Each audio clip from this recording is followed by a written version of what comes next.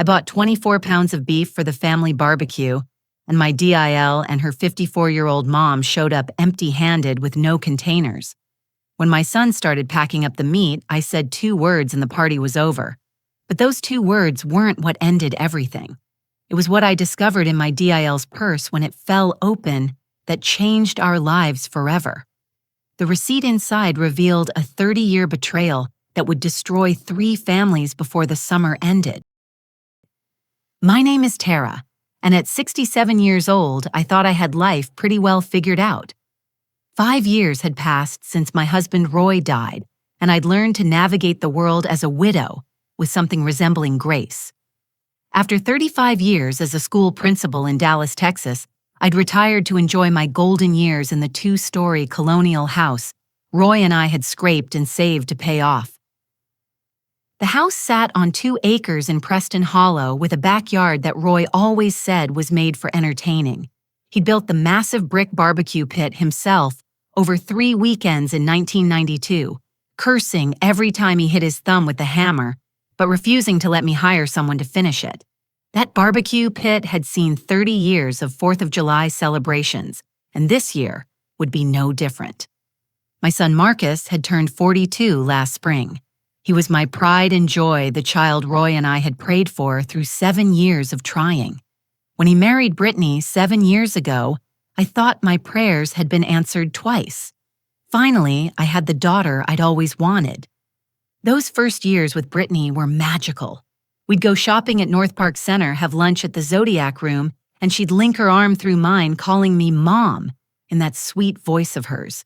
She had honey blonde hair that caught the light and green eyes that sparkled when she laughed at my stories about Marcus as a child.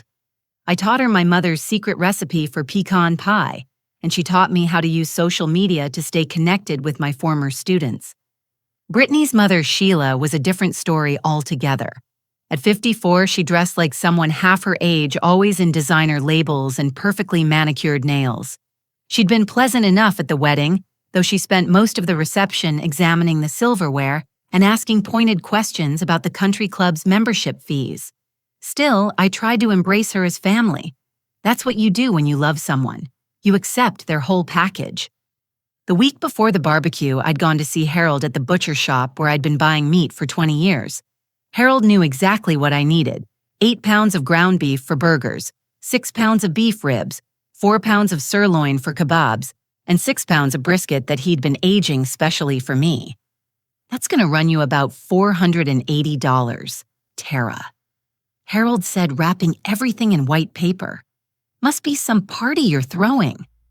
Same party I throw every year, I told him, signing the check without hesitation. Family's worth every penny. The morning of July 4th dawned clear and hot with that particular Texas heat that makes the air shimmer over concrete. I was up at 5 the way I'd always been during my principal years. Old habits die hard and there was work to be done. The potato salad needed finishing touches: 10 pounds of russet potatoes, already cooled, and waiting for the mayo, mustard, and special blend of spices my grandmother had passed down. The coleslaw required shredding the baked beans, needed their full 6 hours in the slow cooker, and I still had to prep the vegetable kebabs. My neighbor Dorothy knocked on the back door at 7 carrying 2 pie carriers. We'd been friends for 20 years, ever since she'd moved in after her divorce. She was 71 now, with silver hair she wore in a neat bob, and arms still strong from her years as a nurse. "Brought apple and cherry," she announced, setting the pies on my counter, "and I'll fight anyone who says store-bought is just as good." Dorothy stayed to help me arrange the picnic tables in the backyard, stringing up the red, white, and blue bunting I'd used every year since Marcus was in elementary school. We worked in companionable silence, the kind that comes from years of friendship, broken only by her occasional humming of patriotic songs. By noon, I had the barbecue pit fired up, the mesquite wood Roy had always insisted on filling the air with its distinctive smoke. The brisket went on first, needing the longest cooking time. I'd been up twice during the night to prepare the dry rub, mixing kosher salt, black pepper, garlic powder, and a touch of cayenne that gave it just enough kick without overwhelming the meat's natural flavor. As I stood at the grill basting the ribs with my homemade sauce, I heard voices from the garage. The side door was cracked open and Brittany's voice carried clear as a bell over the sizzle of meat. "Mom's plan is working perfectly," she was saying into her phone. "She has no idea we've been moving money from Dad's old account. After today, we'll have enough to finalize everything with the lawyer." My hand froze midway through brushing sauce on a particularly beautiful rack of ribs. The basting brush dripped sauce onto the hot coals, sending up a small flare of flame and smoke. I forced myself to keep moving to maintain the rhythm of cooking I'd perfected over 3 decades, even as my mind raced to process what I'd just heard. Dad's old account, Brittany's father, had supposedly died when she was 12. She'd cried on my shoulder about it during one of our shopping trips, telling me how much she missed him and how hard it had been for Sheila to raise her alone. What account could she be talking about? And what lawyer? I heard her footsteps coming closer and busied myself with flipping burgers, humming "The Star-Spangled Banner" off-key the way Roy always had. When Brittany emerged from the garage, I gave her my brightest smile. "Happy 4th, sweetheart," I called out. "You're early. Marcus isn't even here yet." She had the grace to look slightly embarrassed, adjusting her designer sunglasses. "Just wanted to help set up Mom. You know me, always eager to pitch in." In 7 years of marriage to my son, Brittany had never once arrived early to help with anything. But I kept smiling, kept flipping burgers, kept pretending my world hadn't just tilted off its axis. The smoke from the grill stung my eyes, or at least that's what I told myself as I blinked away the moisture gathering there. By 2 in the afternoon, my backyard had transformed into a scene Norman Rockwell might have painted, if Norman Rockwell had lived in Dallas and appreciated good barbecue. The picnic tables groaned under the weight of food, the red checkered tablecloths. Dorothy had insisted on adding a cheerful touch. Citronella torches lined the perimeter to keep the mosquitoes at bay, and the American flag Roy had installed on a 20-foot pole waved lazily in what passed for a breeze.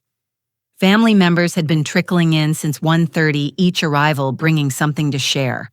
My brother Ted had driven up from Houston with 2 coolers full of his homemade ice cream packed in dry ice and rock salt, the way our daddy had taught us. The vanilla bean was from real pods he'd ordered special from Madagascar, and the chocolate was so rich it was almost black. Cousin Marie sailed through the back gate carrying a cast-iron skillet still warm from the oven, her famous jalapeno cornbread, sending its spicy, sweet aroma across the yard. Her husband Frank followed with a watermelon so large he needed both arms to carry it, already carved into a basket shape and filled with melon balls, strawberries and blueberries arranged like a flag. My sister Janet arrived with her potato casserole, the one with the crispy onions on top that Marcus had begged for every year since he was 8. Her twin daughters, home from college for the summer, carried in homemade salsa and guacamole they'd learned to make during their semester abroad in Mexico. That's why when Brittany and Sheila strolled through the gate at exactly 2 o'clock, their empty hands were as conspicuous as a siren in a library. Not a bag of chips, not a 2-liter of soda, not even a package of paper plates from the dollar store. Just Brittany in her white sundress that probably cost more than my monthly grocery budget, and Sheila in designer jeans and a silk blouse carrying a purse so large it could have doubled as luggage. "Terra, darling," Sheila called out, waving like she was on a parade float. "Everything looks absolutely divine. You really outdid yourself this year." She air-kissed both my cheeks, a gesture she'd adopted after one trip to Europe, leaving behind the scent of perfume so strong it competed with the barbecue smoke. Brittany followed suit, her embrace feeling as substantial as tissue paper. "We're absolutely starving," Brittany announced, already eyeing the food table. "I told Mom we should eat light at breakfast to save room for your amazing spread." I watched them make their first pass at the buffet, loading their plates with surgical precision.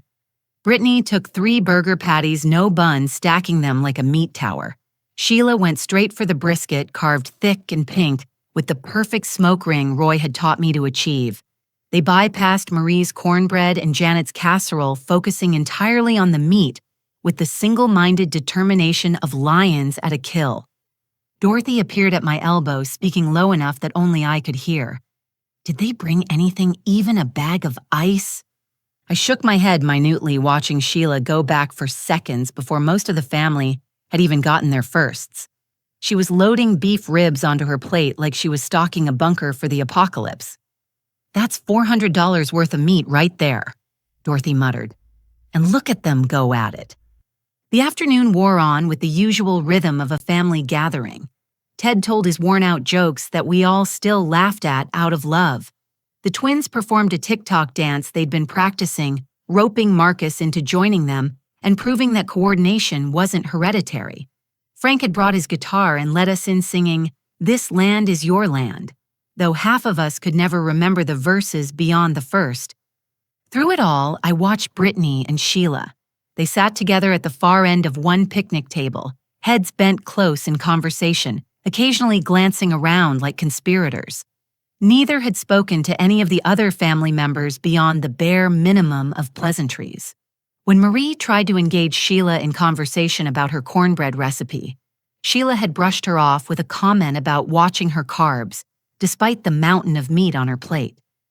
As the sun began its descent, painting the Texas sky in shades of orange and pink that would have made any artist weep, I noticed Brittany pulling something from her enormous purse. Tupperware containers. Not just one or two, but a whole stack of them, nested inside each other like Russian dolls. Sheila, not to be outdone, produced a roll of gallon-sized Ziploc bags from her own bag. They moved with practiced efficiency, descending on the leftover meat like a well-oiled machine. Brittany went for the remaining burgers, stacking them in containers with wax paper between each layer. Sheila targeted the ribs, wrapping each one individually before placing them in bags. This beef must have cost a fortune.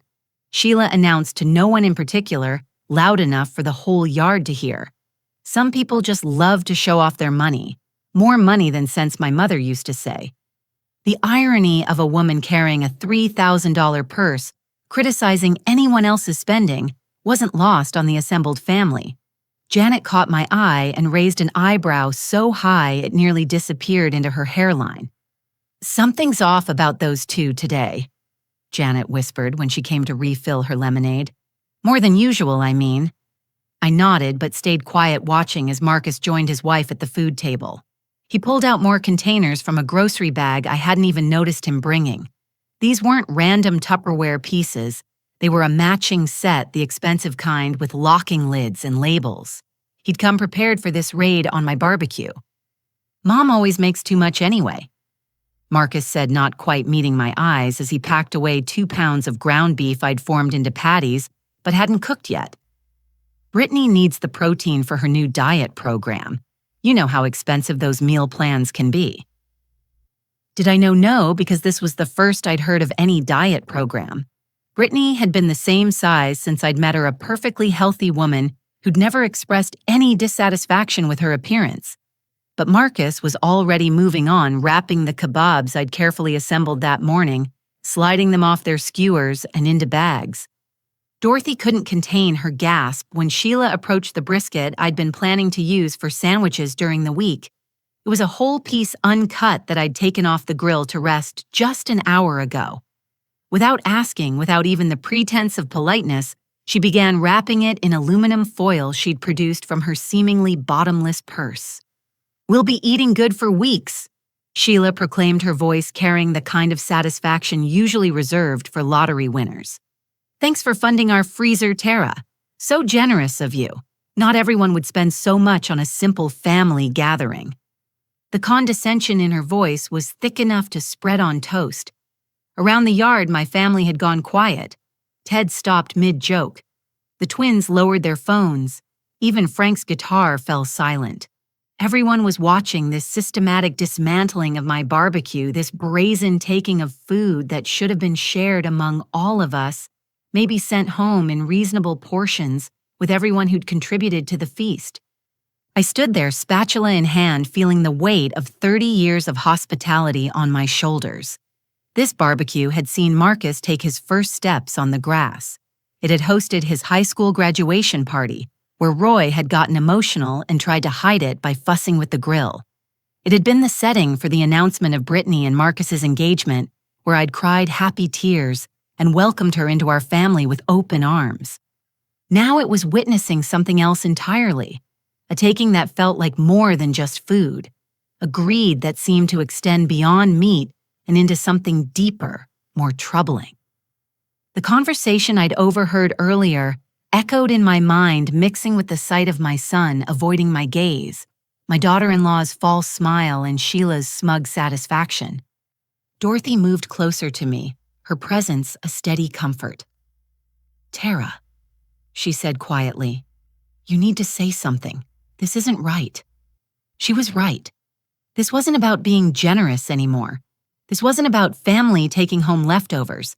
This was about something else, something that had been building for longer than just this afternoon. I thought about Roy, about what he would say if he could see this. He'd been a quiet man, but he'd had his limits. And somehow, watching Sheila stuff a second whole brisket into a bag, I'd found mine. The spatula in my hand felt heavier than it should have, like it was made of lead instead of stainless steel. Around me, my family watched in stunned silence as Brittany and Sheila continued their systematic packing operation. They'd moved beyond just taking leftovers. They were essentially relocating my entire barbecue to their own freezers. I thought about my blood pressure medication sitting in my pocket, the little white pills Dr. Morrison had prescribed after Roy's death, when the stress had sent my numbers skyrocketing. The familiar tightness was building in my chest, not quite pain, but a pressure that reminded me I wasn't 30 anymore. Roy would have known what to do.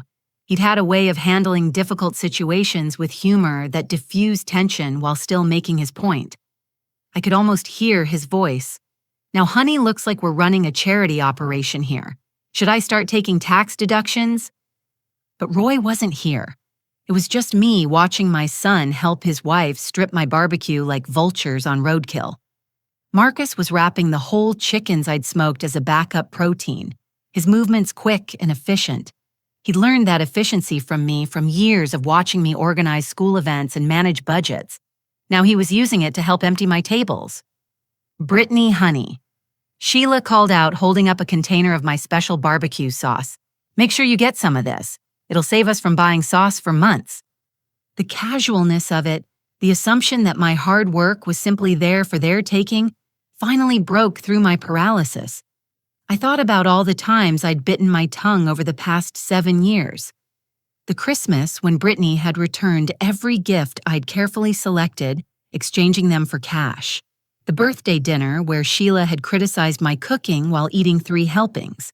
The Mother's Day when they'd shown up 2 hours late without apology, missing the brunch I'd prepared. Each incident on its own had seemed small, not worth making a fuss over. Roy had always said I was too quick to forgive, too eager to keep the peace. Sometimes Terra, he'd told me once, people need to hear the word no before they can hear anything else. Dorothy's hand touched my elbow, a gentle reminder that I wasn't alone in this moment. Around the yard, my family waited. Ted had put down his beer. Janet's daughters had their phones out, probably recording what they sensed was about to become a family legend. Marie clutched Frank's arm, her eyes wide behind her glasses. I watched Sheila attempt to lift the entire tray of grilled vegetables, organic produce I'd spent $50 on at the farmer's market that morning. The tray tilted dangerously, bell peppers and zucchini, threatening to slide onto the grass. "We'll be eating good for weeks," Sheila said again, apparently so pleased with the phrase she felt it bore repeating. "Thanks for funding our freezer, Terra." Something inside me, something that had been stretched taut for years, finally snapped. Not in anger, but with a kind of clarity that felt like walking from a dark room into sunlight. I set down the spatula with deliberate care, the metal clicking against the side table with a sound that seemed to echo across the suddenly quiet yard. Stop. The word came out clear and firm, carrying the authority of 3 decades in education. Now. The 2 words hung in the air like a judge's gavel coming down. Brittany froze mid-reach for another container of ribs. Sheila's hand stilled on the vegetable tray.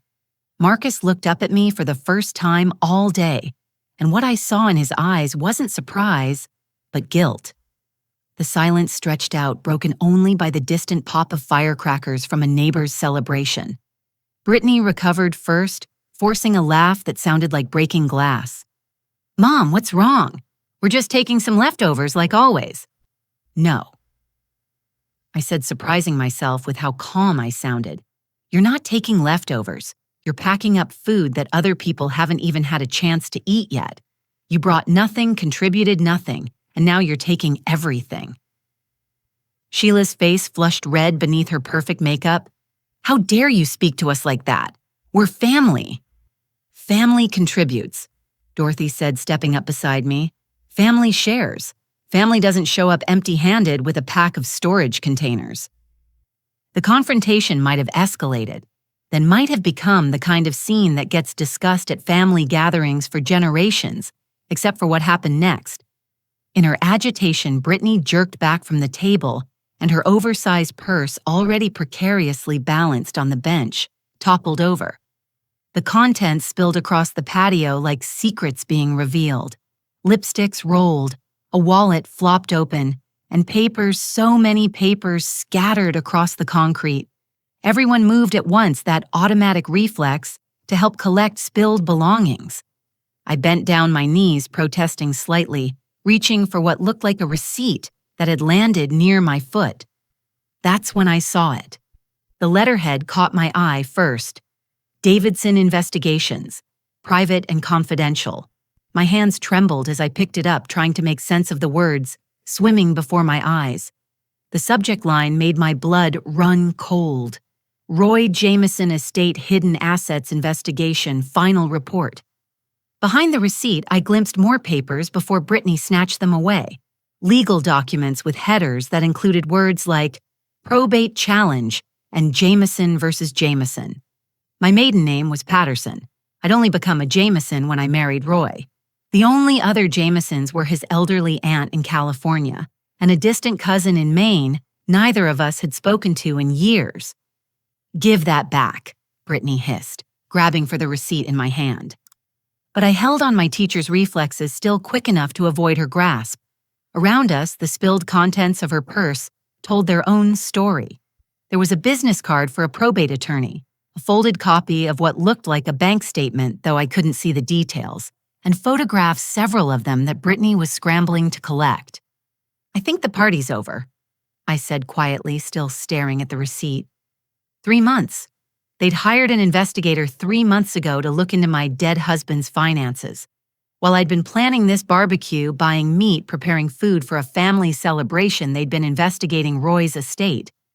"Mom, I can explain," Marcus started, but I held up my hand. "Not now. Everyone needs to leave. Now." The exodus was swift and awkward. Family members gathered their dishes, murmuring goodbyes and "call me laters" as they fled the battlefield my backyard had become. Ted squeezed my shoulder as he passed. Janet whispered that she'd phone me in the morning. Marie left her cornbread, either forgotten in the chaos or left deliberately as a show of support. Only Dorothy remained, helping me carry the food inside, while Brittany, Sheila, and Marcus packed their car with the containers they'd already filled. They left without another word, Brittany's face a mask of fury, Sheila muttering under her breath about ungrateful people, and Marcus unable to look in my direction. As their car pulled away, I stood in my kitchen holding the receipt, trying to understand how my life had just shifted. The investigators had been looking for hidden assets in Roy's estate. What hidden assets? Roy had been an engineer for Texas Instruments for 30 years. We'd lived comfortably but carefully, saving for retirement, paying off the house, putting Marcus through college. There were no hidden assets, were there? Dorothy put the kettle on for tea, her movements efficient and calming. "Terra, honey, I think you need to tell me what's on that paper." I handed it to her, watching her face change as she read. They hired someone to investigate Roy. But why? What could they possibly be looking for? "I don't know," I admitted, sinking into a kitchen chair. "But I heard Brittany on the phone earlier. She said something about moving money from her dad's old account and finalizing something with a lawyer." Dorothy set down 2 cups of tea, her favorite cure for all crises. "Brittany's father is supposed to be dead, isn't he?" "That's what she told me." Died when she was 12, left them with nothing. I wrapped my hands around the warm cup, trying to process the implications. What if that was a lie? What if everything has been a lie? Outside the 4th of July, celebrations continued. Fireworks burst in the distance, their muffled booms reaching us through the closed windows. But inside my kitchen, sitting at the table where Roy and I had shared 35 years of morning coffee, it felt like my own world had just exploded. The receipt lay between us on the table, evidence of a deception I was only beginning to understand. 3 months they'd been investigating. 3 months of Sunday dinners and phone calls and I love you moms that now felt like performances. The barbecue, the empty hands, the containers, even Sheila's nasty comments about showing off money, it all took on new meaning. They hadn't come for a family celebration. They'd come for something else entirely, and I'd accidentally stumbled into whatever game they were playing. The question now was, what exactly were they after, and how far were they willing to go to get it? The kitchen felt too quiet after everyone left. Dorothy and I sat at my breakfast table, the receipt between us like evidence at a crime scene. Outside the barbecue pit still smoked faintly, a ghost of the celebration that had imploded. The remaining food sat covered on the counters, far less than there should have been, but still more than I could eat alone. "I need to show you something," Dorothy said suddenly, setting down her teacup with a decisive clink. I wasn't sure it meant anything at the time, but now...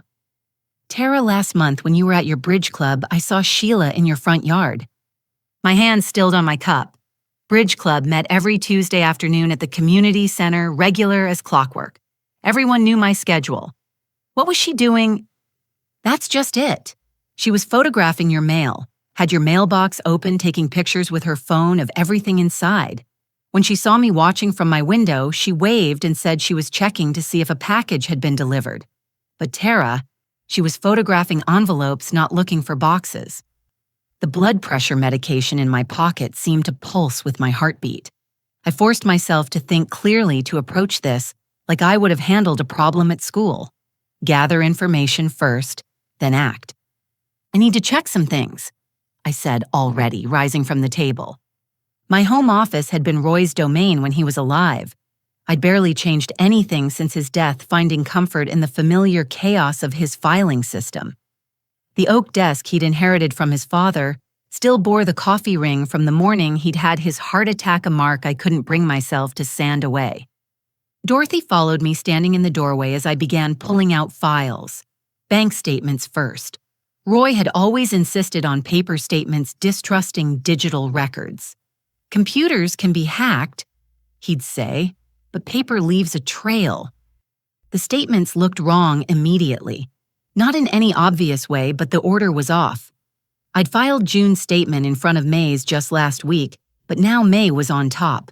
Someone had been through them and tried to put them back, but not quite right. The military pension paperwork. I muttered, pulling open another drawer. Roy had served 4 years in the Air Force before college, earning benefits we'd carefully saved. The folder was there, but felt lighter. I flipped through it, my heart sinking. The summary page was missing, the one that listed the total accumulated value.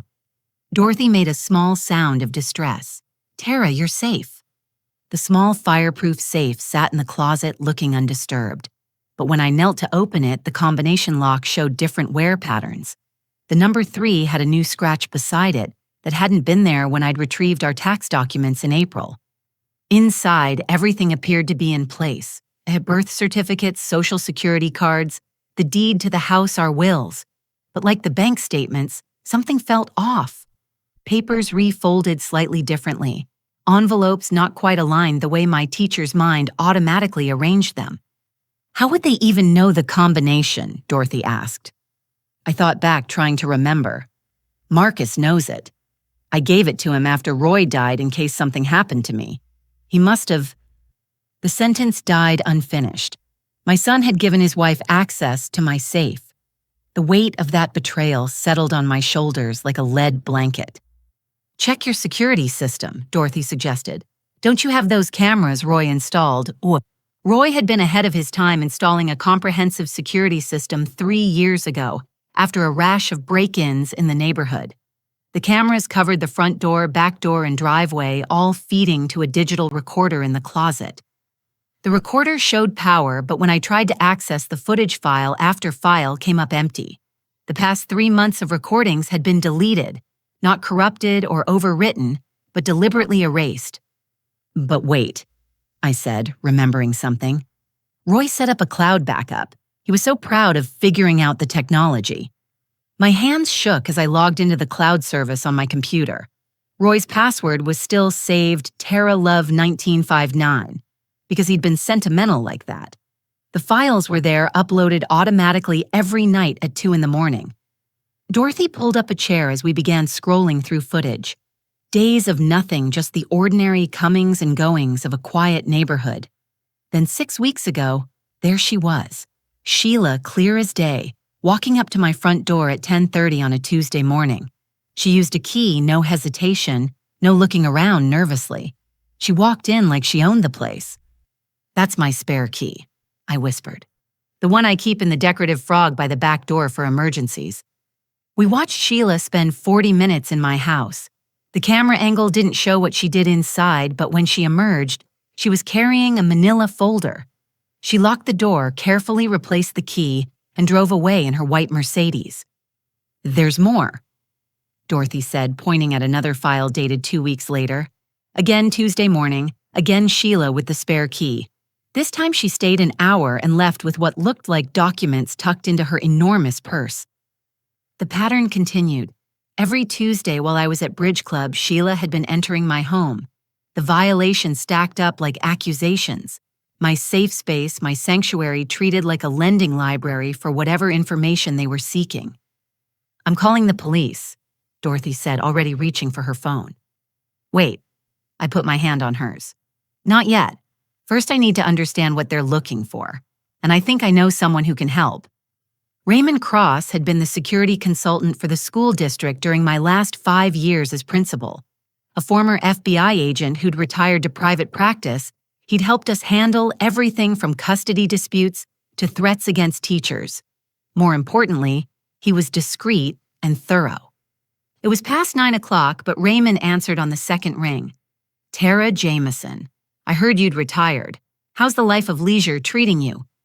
"Raymond, I need your help. Can you meet me tomorrow morning?" Something in my voice must have conveyed the urgency, because his tone immediately shifted from friendly to professional. 8 o'clock. My office. "I'll be there." After I hung up, Dorothy and I continued reviewing the security footage. We found 12 separate instances of Sheila entering my home over 3 months. Always on Tuesdays, always when she knew I'd be out, always leaving with something. "Terra," Dorothy said suddenly, pointing at the screen. "Look at that last visit 3 days ago. See what she's carrying when she leaves." I leaned closer, squinting at the grainy image. Sheila was carrying a small box, the kind banks use for important documents. My heart nearly stopped. Oh God, Roy's safety deposit box. He kept the spare key in the safe. I ran back to check, already knowing what I'd find. The small envelope marked bank box was there, but empty. The key was gone. I sank into Roy's chair, overwhelmed by the scope of what was happening. This wasn't just about taking leftovers from a barbecue. This was systematic, planned, invasive. They'd been through my financial records, my personal documents, my husband's private papers. But why? Dorothy knelt beside the chair, her nurse's instincts kicking in. "Breathe, Terra. Deep breaths. We're going to figure this out." "Roy didn't have any hidden assets," I said, voice shaky. "We lived modestly. We saved carefully. Everything we had is accounted for." "Maybe that's what you were meant to think," Dorothy said gently. "Or maybe they think there's something that isn't there. Either way, we need to find out what's in that safety deposit box before they do something with it." The bank would be closed for the holiday weekend. 4 days before I could check what should have been secure, private, protected.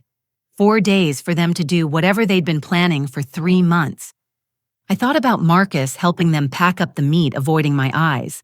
How long had he known? Was he part of it from the beginning, or had they pulled him in later? The boy I'd raised to value honesty and integrity now party to breaking into his mother's home. There's something else, I said, remembering Brittany's phone conversation. She mentioned her dad's old account, but her father is supposed to be dead. Dorothy's eyes widened. What if he's not? What if that whole story was fabricated?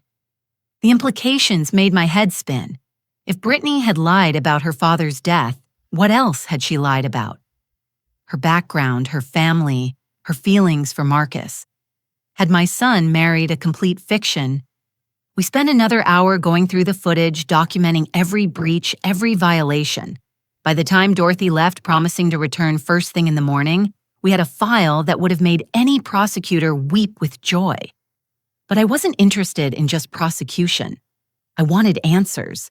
I wanted to understand how I'd been so blind, how the woman I'd welcomed as a daughter had been systematically robbing me while smiling to my face. Most of all, I wanted to know what they were after, because the more I thought about it, the more convinced I became that this wasn't about money. This was about something Roy had hidden, something he'd never told me about in 35 years of marriage. And somehow, Brittany and Sheila had found out about it before I had. That night, I lay in the bed I'd shared with Roy, staring at the ceiling, talking to him, the way I had every night since his death. "What didn't you tell me, Roy?" I whispered to the darkness. "What secret were you keeping, and why is it destroying our family now?" The only answer was the distant boom of fireworks, freedom celebrations that felt hollow when my own home had become a crime scene. Raymond Cross's office occupied the third floor of a modest building in downtown Richardson, squeezed between a tax attorney and a family counselor. The morning after the barbecue disaster, I sat across from his desk watching him review the security footage Dorothy and I had compiled.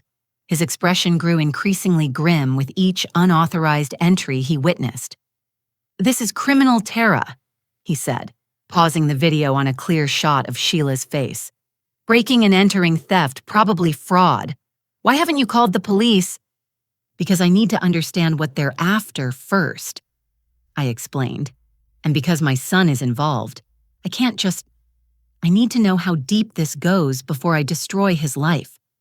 Raymond nodded, understanding the complexity. He'd dealt with enough family situations to know they were never simple.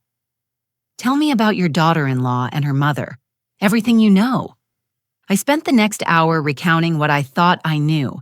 Brittany, from San Antonio, father dead, mother struggling. The quick courtship with Marcus, the beautiful wedding, the gradual integration into our family. As I spoke, I realized how many gaps there were, how many questions I'd never asked out of politeness or trust. "I'll need a few days," Raymond said, making notes, "but I'll start with basic background checks. Real names, addresses, employment history. You'd be surprised how often people can't keep their stories straight over 7 years. While Raymond began his investigation, I had my own mission. The bank wouldn't open until Tuesday, but I needed to prepare. I called Harrison Blackwood, the attorney who'd handled Roy's estate. "Terra, what a pleasant surprise," Harrison's voice boomed through the phone. "How can I help you?" "I need to know about any accounts or assets of Roy's that might not have been included in the primary estate," I said carefully. The pause on the other end was telling. "Why do you ask?" "Please, Harrison, it's important. Come by my office tomorrow. Bring identification and... Terra, are you alone right now? Is anyone pressuring you?" His concern sent a chill down my spine. "I'm alone, and yes, I think someone has been looking for something. I'll see you tomorrow." Dorothy came over that afternoon armed with her laptop and determination. "I've been doing some research of my own," she announced. "That private investigator firm on the receipt, Davidson Investigations. They specialize in finding hidden assets in estates. Their website talks about uncovering offshore accounts, hidden trusts, forgotten life insurance policies." We spent hours going through Roy's papers with fresh eyes. I found myself really looking at documents I'd only glanced at before. Roy had been meticulous about some things, strangely vague about others. There were references to his father's business dealings that I'd never questioned, mentions of trusts that I'd assumed were standard estate planning. "Terra, look at this," Dorothy said, holding up an old letter. "It's from a bank in Switzerland dated 1995. Did Roy ever mention having foreign accounts? I took the letter, frowning at the formal language. It referenced an account number and mentioned, per your father's instructions, but gave no details about amounts or purposes. Roy's father died in 1994. He was in import-export, dealt with international suppliers. But Roy always said the business went under, that there was nothing left but debts. Maybe that wasn't entirely true, Dorothy suggested gently. Tuesday morning arrived with the kind of clarity that makes Texas summers bearable for about 10 minutes before the heat takes over. Harrison Blackwood's office was in one of those converted Victorian houses near downtown, all wooden floors and leather-bound books. He greeted me personally, which told me he'd cleared his schedule for this meeting. Before we begin, he said, closing his office door firmly, I need to tell you that Roy came to see me 6 months before his death. He was concerned about something but wouldn't give me specifics. He just said if anything happened to him, I should be very careful about who had access to certain information. My chest tightened. What information? Harrison pulled out a file I'd never seen before. Your husband's father, Ernst Jameson, wasn't just in import-export. He was one of the early tech investors, put money into several startup companies in the 70s and 80s. Most failed, but 3 didn't. They became major corporations. The room seemed to spin slightly. Roy never mentioned any of this. Because Ernst never told him the full extent. The investments were held in trusts, very complicated structures designed to avoid taxes and other complications. When Ernst died, he left instructions that the trusts couldn't be accessed for 30 years. He was paranoid about something, wouldn't say what. 30 years from 1994. I did the math. That's this year, 2024. Harrison nodded gravely. The trusts matured 6 months ago. Roy was just starting the process of understanding what was there when he had his heart attack. Terra, we're not talking about thousands of dollars. The preliminary estimates suggested the 3 successful investments are now worth approximately $50 million. I gripped the arms of my chair, certain I'd misheard. $50 million, that's impossible. We lived in the same house for 30 years. Roy drove a 10-year-old pickup truck. Roy didn't know until I told him, and I think the shock of it contributed to, well, he was overwhelmed, wanted time to figure out how to tell you how to handle it properly. He was particularly concerned about Marcus, about how sudden wealth might affect him. The pieces clicked into place with sickening clarity. Somehow Brittany and Sheila had discovered what Roy had only just learned. They'd been searching for documentation, for access, for a way to claim money that Roy had never even touched. There's more, Harrison continued. The trusts were set up with very specific succession rules. If Roy died before claiming them, they would pass to his spouse. But there's a provision, a contestability clause. Any blood relative of Ernst Jameson can challenge the distribution within 1 year of the primary beneficiary's death. But Roy was an only child and his cousins are distant, haven't been in touch for decades. That's what we thought too. Harrison's expression was troubled. But Terra, what if someone claims to be a closer relative? What if someone manufactures a relationship that doesn't exist? My mind raced. Brittany claiming her father was dead, Sheila's lies about her age, the systematic search through my documents. Were they trying to establish some kind of false connection to Ernst, or worse? Were they planning to challenge my inheritance through Marcus turning my son into a weapon against me? Raymond Cross called while I was still in Harrison's office. Terra, you need to sit down for this. I'm already sitting, I said, though I gripped the phone tighter. Brittany Morrison doesn't exist, at least not the one who married your son. The real Brittany Morrison died in a car accident in San Antonio 15 years ago at age 23. Your daughter-in-law has been using a dead woman's identity. The phone nearly slipped from my numb fingers. Then who is she? Still working on that, but Sheila. Her real name is Sharon Vickers, and she's not 54. She's 62 and has a very interesting history.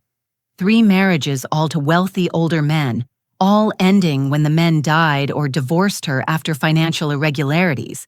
And Terra, she has a daughter named Victoria, who would be about Brittany's age, but Victoria Vickers supposedly died in Mexico 12 years ago. Supposedly, no body was ever recovered, just a death certificate from a small town known for its flexible approach to documentation. I closed my eyes, the full scope of the deception washing over me. My son had married a ghost, a woman who didn't exist, who'd taken the identity of a dead girl. And her mother or sister or whatever Sheila really was to her had done this before.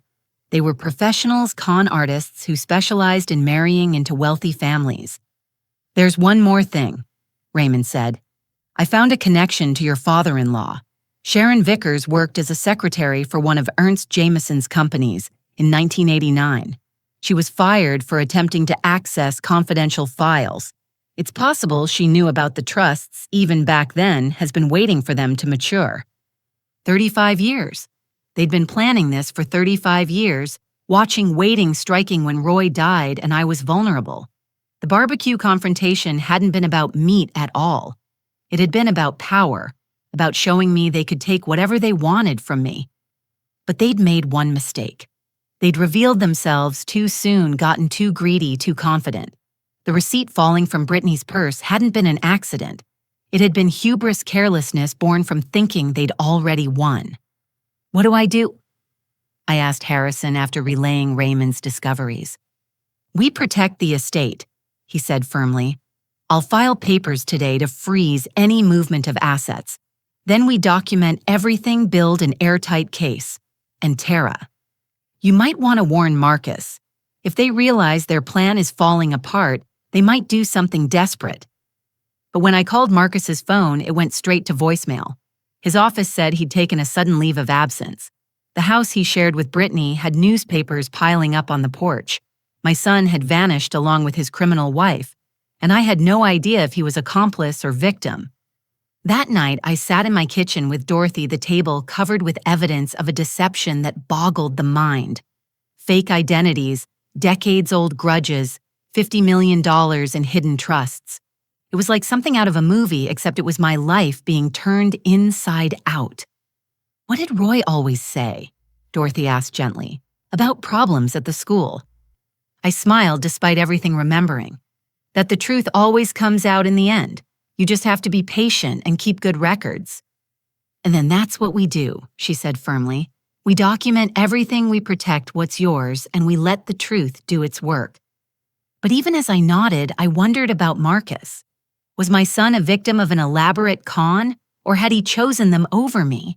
The answer to that question would determine not just the fate of $50 million, but whether I still had a family at all. 2 weeks passed after the 4th of July barbecue, 2 weeks of silence that felt louder than any accusation. Marcus hadn't returned my calls. Brittany and Sheila seemed to have vanished into the Texas heat like mirages. But I knew they were out there planning their next move because predators don't give up when this much money is at stake. During those 2 weeks, I wasn't idle. Harrison Blackwood filed the necessary papers to freeze the estate assets, creating a legal wall around the $50 million I still couldn't quite believe existed. Raymond Cross dug deeper into the women's backgrounds, uncovering a trail of deception that stretched across 3 states and 2 decades, and I, with Dorothy's help, prepared for war. "You need to draw them out," Raymond advised during one of our strategy sessions. "They're too smart to make a move while you're protected by lawyers and investigators. You need to appear vulnerable, alone, confused." It went against every instinct I'd developed as an educator, this idea of playing weak when strength was called for. But Roy had taught me chess during our courtship, and sometimes the best strategy was to sacrifice a piece to win the game. The text came on a Sunday morning. "Mom, we need to talk. Can Brittany and I come for dinner? I miss you." Marcus reaching out after 2 weeks of silence. My heart wanted to believe it was genuine, but my head knew better. "Of course, sweetheart," I texted back. "Sunday dinner at 6, just like always." Dorothy helped me prepare, though not for dinner. We set up recording devices in the dining room, tiny cameras that Raymond had provided completely legal in Texas when recording in your own home. The dining room table looked inviting with Roy's mother's china and fresh flowers from the garden, but underneath was a battlefield. Remember, Dorothy coached. You're confused, getting forgetful, worried about your health. Make them think you're an easy mark. At 6:15, because punctuality had never been their strong suit, I heard cars in the driveway. Plural. Not just Marcus and Brittany, but Sheila, too, emerging from her white Mercedes, like a general arriving at a siege. I met them at the door, letting my hands shake slightly as I embraced Marcus. He looked terrible, thin, and haggard with dark circles under his eyes that spoke of sleepless nights. Either he was the world's best actor or the stress was genuine. "Mom," he said, his voice cracking. "I'm so sorry about the barbecue. We were out of line." Come in," I said, playing the forgiving mother. "I made pot roast your favorite." The dinner started with strained small talk. I'd prepared Roy's mother's recipe, the one that filled the house with the smell of home and memory.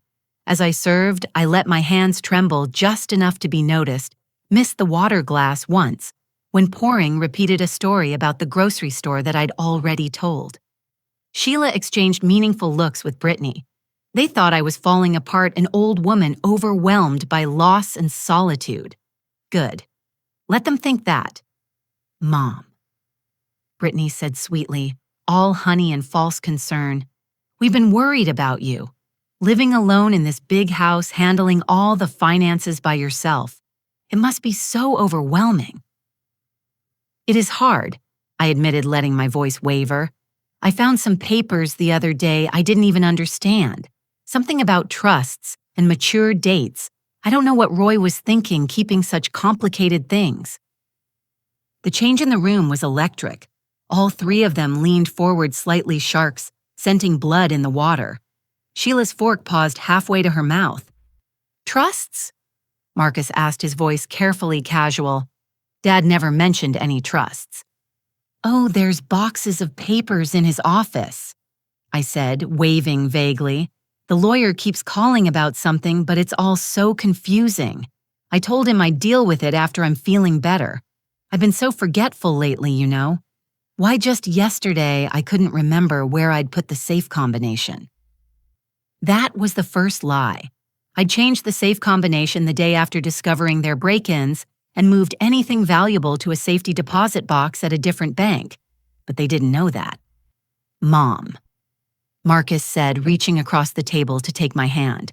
His palm was sweaty. "You know, we only want to help. Maybe I should look through Dad's papers, help you organize things." "Would you?" I asked, letting relief color my voice. "That would be such a help. And Brittany, you're so good with numbers. Maybe you could help with the banking." "Of course, Mom," Brittany purred. "We're family. We take care of each other." The irony of that statement, coming from a woman who'd stolen a dead girl's identity to marry my son, almost made me break character, but I held on, nodding gratefully. As the evening progressed, I continued to drop breadcrumbs, mentioned that I'd been thinking about signing a power of attorney just in case, complained about headaches, confusion, the burden of managing everything alone. Each comment was met with increasingly eager sympathy from my dinner guests. "You know," Sheila said, speaking up for the first time, "my friend's mother went through the same thing. The doctor said it was stress-related cognitive decline, very common in widows. She ended up needing full-time care."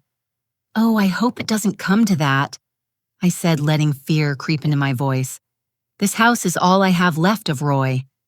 "Now, Mom," Brittany said, patting my hand condescendingly, "your health is more important than any house. If you need care, we'll make sure you get it. There are lovely facilities these days, just like apartments, really." There it was, the threat wrapped in concern, the outline of their plan becoming clear. Declare me incompetent, take control of my assets, stick me in a home while they plundered Roy's legacy. The recording devices were capturing every word. "I suppose you're right," I said weakly. "I just want what's best for everyone. Oh, that reminds me, Harrison Blackwood called again yesterday. Something about beneficiary forms that need updating, I told him. You'd handle it, Marcus. Was that okay?" Marcus nearly choked on his water. "You told him I'd handle it." "Well, you are my son," I said innocently. "He said something about trust distributions and tax implications. It was all Greek to me. I gave him your number. I hope you don't mind." The look of panic that flashed between them was beautiful. They'd been operating in the shadows depending on my ignorance. The idea that I'd casually involved the estate attorney in their scheme clearly hadn't been part of their plan. Actually, I continued, he mentioned something odd, said he needed to verify all potential beneficiaries because of some contestability clause. Do you know what that means? Sheila's knuckles were white around her fork. Contestability clause. Something about blood relatives and time limits, I said vaguely. He used a lot of legal terms. Oh, and he asked for birth certificates and DNA tests for everyone in the family. Standard procedure, he said. I told him you'd all be happy to provide them. DNA tests. Brittany's voice climbed an octave.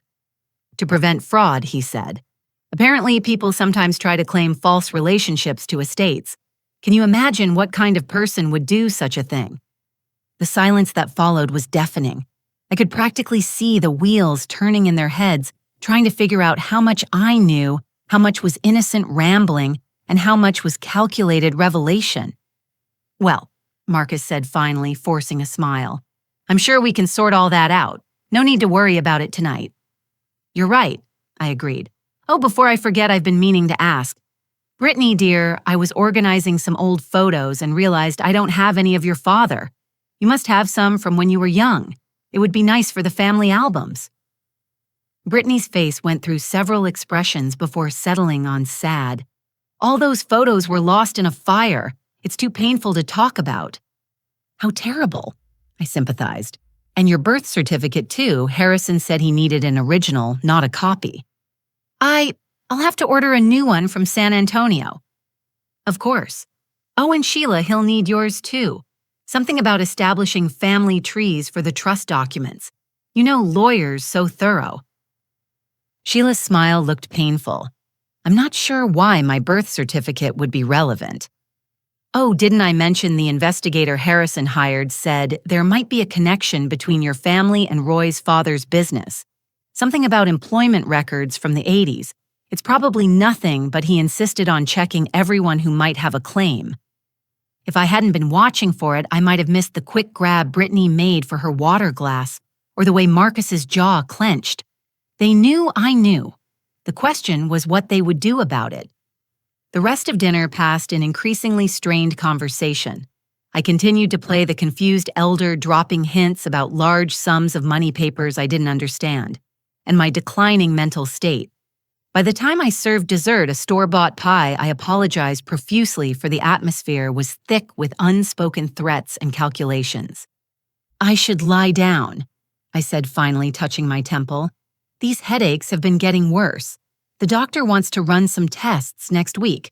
Brain scans, he said, to check for, what was it? Cognitive impairment.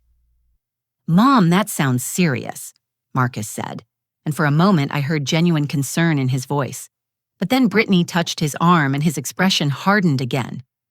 We should go, Brittany announced. But Mom will be back tomorrow to help with those papers. And maybe we should talk about getting you a medical evaluation sooner rather than later, for your own good. If you think it's best, I said meekly. I walked them to the door, accepting their false embraces and promises to return. As their cars pulled away, I stood at the window watching their taillights disappear, then slowly straightened from my hunched posture. Did you get it all? I asked Dorothy, who emerged from the kitchen pantry where she'd been monitoring the recordings. Every word, she confirmed, including the part where they discussed having you declared incompetent in the garage when they thought you were in the bathroom. I nodded grimly. The trap was baited. They thought they had a confused old woman ready to be fleeced. Tomorrow, they'd return with documents to sign medical referrals to shady doctors, perhaps even commitment papers. They'd find something very different waiting for them. Call Raymond, I said, Steele, returning to my voice. Tell him to be here at 10 tomorrow, and Harrison, and Detective Morrison from the Financial Crimes Unit. If they want to play this game, they're going to learn that a school teacher who managed 500 teenagers for 30 years knows a thing or two about discipline. Dorothy smiled the fierce grin of a friend ready for battle. Terra Jameson remind me never to underestimate you. My dear, I said, thinking of Roy and the chess game he'd taught me so well. That's exactly what we're counting on them doing. The night was full of preparation and plans. By morning, the trap would be ready to spring, and 3 people who thought they could steal my husband's legacy would learn that sometimes the frail old woman is the most dangerous player on the board. The morning of the confrontation dawned clear and bright, one of those perfect Texas days that seemed to mock the drama about to unfold. I dressed carefully in the navy suit I'd worn to Roy's funeral, my armor for difficult days. Dorothy arrived at 8, followed by Raymond Cross Harrison Blackwood and Detective Patricia Morrison from the Dallas Financial Crimes Unit. "Are you sure you want to do this yourself?" Detective Morrison asked, reviewing the evidence we'd compiled. "We have enough to arrest them now." "No," I said firmly. "I need to hear it from them. I need my son to look me in the eye and tell me why, and I need them to know that I knew all along." We arranged ourselves strategically. The detective and Raymond would wait in Roy's office with the door cracked, ready to intervene. Harrison sat at the dining room table with legal documents spread before him, the picture of official authority. Dorothy stationed herself in the kitchen, ostensibly preparing refreshments, but really serving as another witness. At exactly 10 o'clock, I heard 3 car doors slam. They'd come together, a united front, against the vulnerable old woman they thought they were about to destroy. I opened the door before they could knock, surprising them with my promptness and the steel in my smile. "Good morning," I said pleasantly. "Please come in. Harrison's already here with the paperwork." The mention of Harrison clearly wasn't part of their plan. Brittany's eyes narrowed and Sheila's hand tightened on her purse. But they were committed now, following me to the dining room where Harrison rose to greet them. "Mrs. Vickers," he said smoothly, or should I say Ms. Sharon Vickers? "And Victoria, it's been a long time since your supposed death in Mexico. The resurrection suits you, though. Brittany Morrison's social security number fits awkwardly." The silence was absolute. Brittany or Victoria went white as paper. Sheila's mouth opened and closed soundlessly, but it was Marcus's reaction that broke my heart. He looked between his wife and mother-in-law with dawning horror, realizing he'd been played too. "You didn't know," I said softly to my son. "They didn't tell you who they really were." "Mom, Marcus collapsed into a chair, head in his hands. "I thought, they said you were getting confused, that Dad had hidden money from you, that they were just trying to protect the family interests." "By breaking into my home," I asked, "by trying to have me declared incompetent, by investigating Roy's estate while pretending to love us." Sheila recovered first, her true nature emerging like a snake shedding its skin. "You can't prove anything. We're family. Family members visit each other's homes." With stolen keys to photograph documents and access safes, Detective Morrison entered from the office badge visible. "Ms. Vickers, we have video evidence of 12 unauthorized entries. We have the private investigators' reports you commissioned. We have the falsified documents you've been preparing to challenge Mrs. Jameson's inheritance." And Harrison added, "We have the employment records from 1989 when you worked for Ernst Jameson's company and were terminated for corporate espionage. You've been planning this for 35 years, haven't you? Waiting for those trusts to mature, watching for your opportunity." Sheila's composure finally cracked. That money should have been mine. I worked for that company. I knew about those investments. Ernst promised me a share if I kept quiet about his offshore dealings. Then he fired me, discredited me, ruined my life.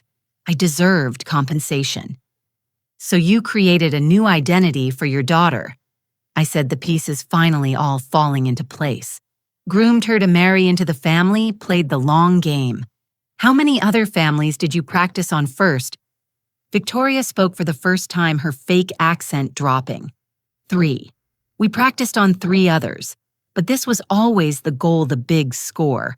$50 million would set us up for life. "Brittany," Marcus said brokenly. "Your father, the death, our whole relationship." "Oh, I did develop feelings for you," Victoria said casually, examining her manicured nails. You were sweet, devoted, useful. But Marcus, did you really think someone like me would fall for someone like you without an agenda? Your mother's right.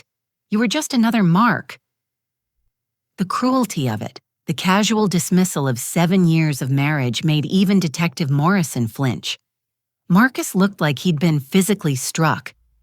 The thing is, I said, standing straighter, you got so focused on the money you forgot about the people. Roy didn't keep those trusts secret out of greed. He did it because his father's money came from questionable sources, deals that hurt people, choices that haunted him. Roy was planning to donate most of it to charity to try to make amends for his father's sins. I have the draft documents he prepared before his death. Harrison produced the papers, Roy's handwriting clear on the charity designations. Children's hospitals, educational foundations, programs for the elderly, all the causes we'd supported throughout our lives, but on a scale we'd never imagined possible. You could have been part of something good, I told them. If you'd come to us honestly, if you'd told the truth about Ernst's promises to Sharon, we might have found a way to make it right. But you chose deception. Chose to try to destroy me for money that was never really yours. So what now? Sheila asked defiantly. You have your evidence, your witnesses. What's your play, Terra? I looked at my son, saw the devastation in his eyes, the betrayal that went deeper than any financial fraud. Then I looked at the two women who'd orchestrated this elaborate con, who'd stolen identities and dreams with equal callousness. Marcus, I said gently, I need you to leave the room for a moment. What comes next isn't for you to hear. He stood shakily, looking lost. Mom, I'm sorry. I'm so sorry.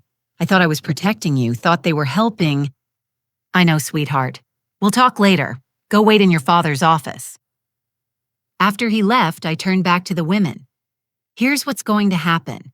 You're going to be arrested for fraud, identity theft, breaking and entering, and conspiracy to commit elder abuse. The federal charges alone carry up to 30 years, but I'm willing to make a deal. Detective Morrison started to object, but I held up my hand. Hear me out. You plead guilty to all charges, serve a minimum of 10 years, and agree to make full restitution to all your previous victims. In exchange, I won't pursue the maximum sentences, and I'll ensure Marcus isn't charged as an accessory. 10 years. Victoria laughed bitterly. For trying to claim what should have been ours. 10 years for stealing decades from the people who trusted you, I corrected. 10 years for the therapy my son will need, for the trust you shattered, for the love you counterfeited. 10 years, or we go to trial, and I push for 30. Sheila and Victoria exchanged looks, conducting one of their wordless conversations. Finally, Sheila nodded. We'll take the deal. Detective Morrison read them their rights while her partner arrived to transport them. As they were led away in handcuffs, Victoria turned back one last time. For what it's worth, she said, you were a good mother-in-law, better than I deserved. Yes, I agreed simply. I was. After they were gone, I found Marcus in Roy's office staring at a photo of his father. How do I come back from this, Mom? How do I trust anyone again? I sat beside him, taking his hand. One day at a time. With help with therapy, with the understanding that their sickness doesn't define your worth. You were a victim too, Marcus. They chose you because you have a good heart, because you trusted fully. Those aren't flaws to be fixed, but strengths that were exploited. The money, he said numbly, Dad's money, I never knew. Your father was waiting for the right time to tell us both. He wanted to be sure we were ready, that it wouldn't change who we are. In a way, I'm grateful he never had to see this ugliness. We spent the rest of the morning talking, crying, beginning the long process of healing. Dorothy brought tea and quiet support. Harrison explained the legal proceedings to come. Raymond offered to help Marcus check for any other frauds the women might have perpetrated in his name. A year later, I stood in my backyard hosting another 4th of July barbecue. The crowd was smaller but warmer, filled with true friends and chosen family. Dorothy manned the grill, having claimed that right after my adventures in trust and betrayal. The smell of mesquite smoke carried across the yard, familiar and comforting. Marcus arrived early to help set up as he had every family gathering since the divorce was finalized. He was seeing a therapist working through the trauma, slowly learning to trust again. He'd started volunteering at a senior center, helping protect the elderly from scams, turning his pain into purpose. "Mom," he said, carrying out a platter of burger patties, "I've been thinking about Dad's plans for the money. I'd like to help manage the charitable foundation if you'll let me." I smiled, seeing Roy's integrity shining through our son's eyes again. "I was hoping you'd ask. We're calling it the Jameson Family Foundation for Truth and Justice. Your father would have liked that." The foundation had been Harrison's idea, a way to transform Ernst's tainted fortune into something positive. We'd allocated funds for elder fraud protection, identity theft victims, and education programs. The first grant had gone to fund Raymond Cross's pro bono investigations for families targeted by con artists. As the party filled with laughter and legitimate joy, I thought about the journey from last year's disaster to this moment of peace. Sheila and Victoria were serving their sentences in federal prison. Their previous victims compensated from the assets we'd recovered. The other families they'd defrauded had formed a support group, finding strength in shared experience. Ted arrived with his ice cream, the same Madagascar vanilla and rich chocolate. But this time, everyone who came brought something to share. Real family, the kind built on trust and choice, rather than blood and deception. Marie's cornbread was as perfect as ever, and Janet's daughters performed their annual dance, though this year it was to make us laugh rather than to fill an awkward silence. As the sun set and the fireworks began, I stood where I'd stood a year ago when my world had cracked open. But sometimes I'd learned things need to break before they can be rebuilt stronger. "You did good, Terra," Dorothy said, joining me. "Roy would be proud." "We all did good," I corrected, watching Marcus help serve food with genuine smiles. "We faced the worst and chose to build something better." The fireworks painted the sky in brilliant colors, each burst a celebration not just of freedom, but of truth, triumphant. My freezer was full, my heart was fuller, and my future, while different than I'd imagined, was entirely my own. Life lesson. Trust is earned in drops and lost in buckets, but the greatest betrayal can become your greatest teacher. I learned that protecting yourself isn't selfish, it's necessary. Those 2 words I spoke, "stop, now," weren't just about leftover barbecue. They were about stopping the erosion of my dignity, stopping the theft of my husband's legacy, and stopping the cycle of elder abuse. Sometimes the most powerful thing you can say is no, and the most powerful thing you can do is stand up for yourself no matter how much you love those trying to tear you down. But here's what I learned. That goes deeper. Forgiveness isn't about letting wrongdoers escape consequences. It's about freeing yourself from the poison of their actions. Marcus and I rebuilt our relationship on a foundation of truth rather than assumptions. The money Roy's father left behind, money earned through questionable means, found redemption in service to others. And I discovered that widowhood, which I'd thought would diminish me, had actually revealed a strength I never knew I possessed. We all have the capacity to be fooled because we all have the capacity to love and trust. That's not weakness, that's humanity. The key is learning to trust with wisdom, to love with boundaries, and to remember that when someone shows you who they really are, believe them the first time. My barbecue this year was smaller but richer, my circle tighter but truer. I'd traded quantity for quality, naive trust for informed faith. And in that exchange, I'd found something worth more than $50 million, the knowledge that I could face the worst betrayal imaginable and emerge not bitter, but better, not broken, but burnished by the fire. To those reading this, who might be facing their own betrayals, who might be questioning their own judgment or worth because someone took advantage of their trust, remember this. Their actions speak to their character, not yours. Your ability to trust, to love, to welcome others into your life, those are gifts. Don't let anyone's abuse of those gifts convince you to stop giving them. Just learn to give them more wisely. And sometimes, just sometimes, the person who seems the weakest, the grieving widow, the confused elder, the trusting soul, might just be playing a longer game than anyone realizes. Never underestimate the power of patience documentation and the fierce love of a mother protecting both her child and her integrity. The meat at this year's barbecue tasted sweeter, seasoned with justice, and served with the satisfaction of survival. And nobody, absolutely nobody, showed up empty-handed trying to take it home. Dear friends, if this story touched your heart or reminded you of the importance of protecting yourself and your loved ones, please take a moment to comment below. Have you or someone you know faced similar challenges with family betrayal or elder fraud? Your experiences and insights could help others who are struggling with similar situations. If you found value in Terra's journey from victim to victor, please hit that like button. It helps others discover these important stories about resilience and justice. Consider subscribing to our channel for more powerful narratives about overcoming life's unexpected challenges. And please share this story with anyone who might need to hear that they're not alone in facing family deception and that there is hope for healing and justice.